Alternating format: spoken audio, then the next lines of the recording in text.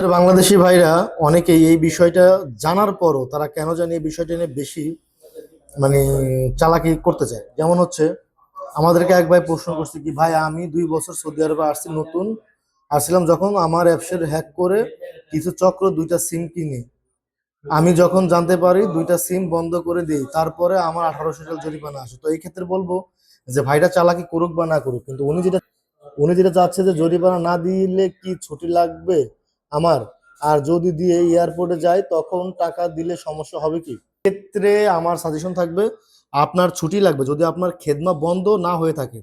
ধরেন আপনি আপনার কফিলকে বললে আপনার কফিল ছুটি লাগাইতে পারবে, কিন্তু আপনি কি যদি খেদমাটা বন্ধ হয়ে থাকে, আপনার এয়ারপোর্টে সফর মগ্ন হয়ে থাকে, তাহলে কিন্তু আপনি যাইতে পারবেন না। আপনি আপনার অ্যাপ সেরে চেক করেন যে আপনার নামে মামলা হয়েছে কিনা, কিংবা সফর মগ্ন হয়েছে কিনা। যদি মগ্ন হয়ে থাকে কিংবা সফর নিষিদ্ধ হয়ে থাকে, তাহলে আপনি যেতে পারবেন এটা পেমেন্ট করা ছাড়া এবং খেদমা খোলা রাখ পর্যন্ত।